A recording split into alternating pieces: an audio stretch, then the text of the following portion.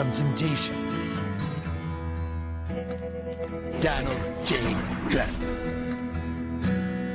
No matter how hot it gets, he's not afraid to fight for America. The ad keeps going like that. The clothes keep coming off, so we've decided to tastefully pixelate from here on. The White House obviously was not pleased with the episode. They issued a statement saying the show Paramount just dished out $500 million for a quote, hasn't been relevant for over 20 years, is hanging on by a thread with uninspired ideas in a desperate attempt for attention. Sam Seder's the host of the Majority Report, and he joins me now. I gotta say, Sam, when it gets bleak out there and when people are being cowards, it is a real shot in the arm to see the South Park people being like, absolutely not. Totally. And I'll tell you, it's a real shame you didn't keep playing that video.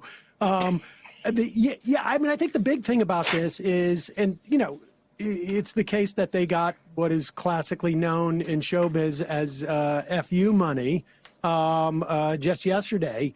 But they're standing up to Trump and they're risking, in many respects, we don't know what the context of their agreement is with Paramount.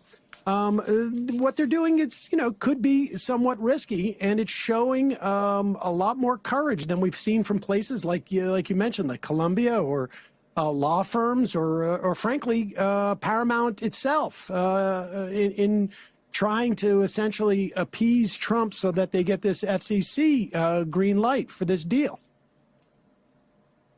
Yeah, the thing about this whole crooked deal is just how transparent the whole thing was. Like, they need the merge, they need the FCC merger. It's dangled. Like, again, there's both the cowardice, there's the bullying, but there's this kind of like gaslighting about the whole thing. This wink, wink, nudge, nudge, like with Columbia, like it's about anti-Semitism, or the FCC is actually like looking into real issues when everyone knows that it's nonsense. It's like there's something kind of sanity fraying about that, I find. Well, there are moments where you start to realize, like, we're living in a nascent authoritarian state.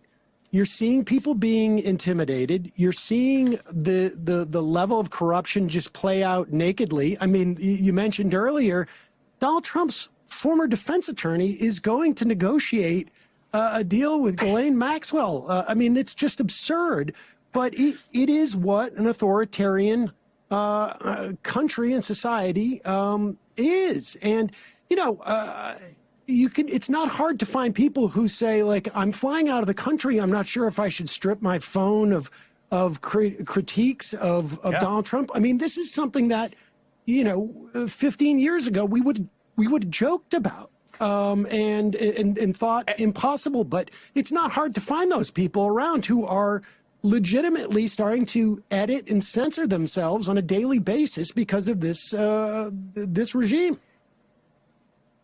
And it's so interesting too to think about the role. Like, it's such a classic thing about comedy and like making fun of the leader of the country that's what being a free society is. Like, if you're not in a free society, then you can't have people making fun of the leader of the country on primetime shows. And if you're in a free society, like, that's the thing that we have and we take for granted. And, like, again, God bless the folks at South Park for, like, reaffirming that fundamental right.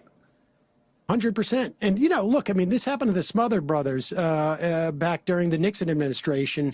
Nixon had their show canceled on CBS. But the nature of the capitulation and the sort of greed associated with what happened with Colbert, I think that's what I appreciate, with the South Park guys are doing, because, like I say, there could be a considerable amount of money at risk. They at the end of the show, sort of like the beeline story was Cartman, talking about suicide. And it was almost as if they were saying, like, we could be seriously biting the hand that's been feeding us in a way that we're not going to get fed anymore. Yeah. And I think that's really important. Yes, that there's risk there. I want to read this from the lone Democratic commissioner of the FCC.